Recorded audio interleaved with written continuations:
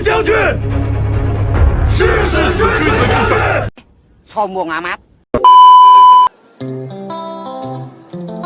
Halo guys, welcome back again with Sarjana Pintu. Bagaimanakah kabar kalian hari ini? Ku harap kalian senantiasa sehat dan baik-baik saja ya. Amin. Seperti biasa di siang yang mantap ini, gue bakal nemenin kalian semua dengan membahas film yang keren abis. Kali ini gue bakal menceritakan sebuah film berjudul Knights of the Valor yang dirilis pada tahun 2021. Film bergenre action fiksi ini menceritakan tentang perjuangan seorang pangeran muda dari Yizhou yang bernama Guan Xing. Ia sedang berjuang untuk membalaskan kematian ayah dan kakaknya di medan pertempuran melawan suku Dongwu. Xing dibakar api amarah karena senjata warisan turun-temurun kerajaannya yaitu pedang sabit naga hijau jatuh ke tangan raja suku Dongwu yang bernama Pan Chang. Jangan lupa klik tombol subscribe dan nyalakan lonceng notifikasinya agar kalian tidak ketinggalan konten-konten terbaru dari channel Sarjana Pintu. Lalu bagaimanakah perjuangan Xing untuk bisa merebut kembali senjata warisan itu? Segera siapkan posisi rebahan terbaik kalian, simetriskan celana dalam, ambilkan cutut tangga, dan cekicot.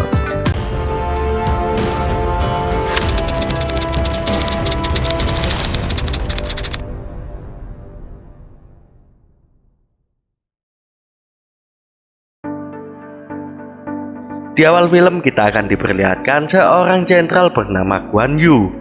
Ia sedang terpojok di medan pertempuran. Pasukan mereka mengalami kekalahan setelah diserang oleh musuh dari berbagai sisi. Ia juga ditemani sang anak yang bernama Guan Chang. Karena tidak ingin mati dalam keadaan memalukan, Jenderal Yu bertekad akan melawan semua musuh hingga titik darah penghabisan. Di sisi lain, jenderal dari kelompok musuh sudah sangat lama menantikan momen ini. Ia mengincar kota Yizhou dan juga ingin merebut senjata warisan kerajaan Zhuhan yang bernama pedang sabit naga hijau. Pertempuran pun terjadi di mana Jenderal Yu dan Pangeran Chang akhirnya tewas di tangan Zhang.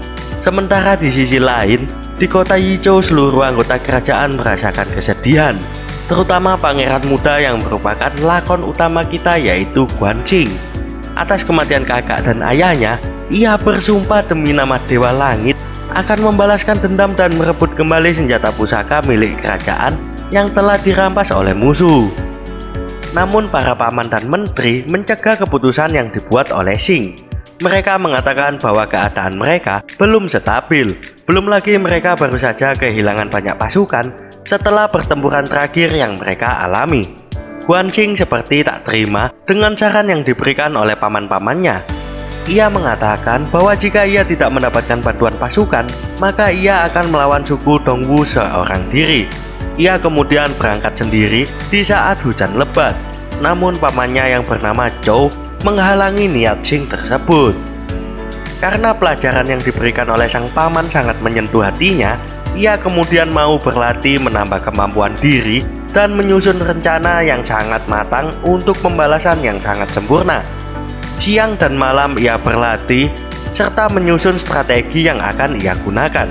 Xing bahkan sampai lupa tidur dan makan demi rencana mereka agar segera bisa terwujud. Setelah mempelajari beberapa peta lokasi kerajaan Wu, akhirnya Xing menemukan kelemahan dari pertahanan kerajaan musuhnya. Ia berencana untuk mengorbankan diri agar bisa tertangkap dan melancarkan aksi berikutnya. Setelah tertangkap, ia akhirnya bertemu dengan mata-mata yang membuat kerajaannya kalah. Dengan sedikit tipu daya, Xing menghabisi pengkhianat itu hingga tewas. Setelah itu, Xing melepaskan rantai yang mengikatnya dan berusaha untuk melarikan diri. Namun ia harus menghadapi ratusan penjaga di tempat tersebut. Di saat Xing sudah mulai kewalahan, ketiga sahabat Xing datang untuk menyelamatkannya sesuai dengan rencana sebelumnya. Mereka adalah Yan Ling, Guan Yu, dan Paman Chou. Setelah mereka berhasil membebaskan Xing, mereka mencari lokasi yang tertulis di peta. Lokasi tersebut adalah jalan bawah tanah di medan pertempuran. Dengan sebuah terowongan yang langsung terhubung dengan pusat kota Wu, inilah rencana yang akan mereka lakukan untuk mengalahkan pasukan musuh. Setelah mereka berhasil menemukan lokasi itu, mereka berniat untuk kembali ke pasukan agar bisa menyusun strategi selanjutnya. Karena pasukan yang datang semakin banyak, Paman Chow akhirnya mengorbankan diri demi keselamatan mereka bertiga. Karena mereka tahu bahwa kota Wu dikelilingi oleh air, mereka akhirnya meledakkan dinding penjara untuk melarikan diri. Setelah dinding itu runtuh, mereka jatuh ke dalam air dan segera berenang untuk menyelamatkan diri. Dari informasi dan kenyataan di lapangan, Xing memberitahu kepada pamannya agar mengirimkan kapal tak berawak dan melakukan rencana yang ia susun sebelumnya. Rencana itu pun akhirnya dilakukan oleh sang paman demi kemenangan dan keberhasilan. Saat pertempuran pun tiba, dengan kekuatan penuh kerajaan Wu sudah menunggu kedatangan musuhnya. Tak lama berselang mereka melihat barisan kapal dan langsung menghujani mereka dengan bom api yang ditembakkan ke udara. Setelah kapal itu mendekat, Pancang akhirnya menyadari bahwa musuhnya sedang melakukan rencana lain, yaitu memasuki kota Wu melalui terowongan rahasia bawah tanah.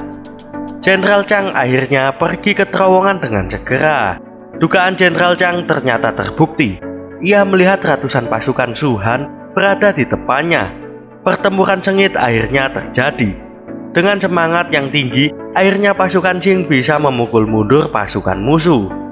Di sana Guan Yu bertarung dengan Panglima Jenderal Chang hingga titik darah penghabisan. Xing kemudian mengejar Jenderal Chang seorang diri. Duel 1 lawan 1 pun akhirnya terjadi antara Xing dengan Jenderal Zhou. Berbagai hinaan diucapkan oleh Zhou kepada Xing. Namun dengan hinaan itu justru menambah semangat dan tekad Xing untuk melawan musuhnya. Meskipun sempat tertusuk oleh pedang naga hijau yang digunakan oleh Jenderal Chang, Xing dengan sekuat tenaga melawan Chang hingga titik darah penghabisan. Akhirnya dengan sebuah pisau kecil, Xing berhasil menusuk telinga hingga Chang merasa kesakitan. Setelah terluka, Chang kehilangan keseimbangan dan pada akhirnya kesempatan emas itu digunakan Xing dengan sangat baik. Xing menggunakan pedang warisan kerajaannya untuk menusuk Jenderal Chang dan pada akhirnya Jenderal Chang tewas seketika karena Xing berhasil membalaskan dendam atas kematian ayah dan kakaknya. Kemudian Xin pun berpindah, Xing kembali ke atas kapal untuk menemui pasukannya. Di sana ia bertemu dengan Yan Ling yang terdiam dan tidak mampu berkata-kata. Mereka berdua mengingat perjuangan dan perjalanan mereka mengalahkan kerajaan Dongwu. Lalu di scene akhir, mereka kembali ke kota Yizhou. Di sana mereka juga mengalami kekalahan yang cukup menyedihkan. Namun dengan kematian Jenderal Chang, mereka akan memulai era baru di kerajaan Shuhan.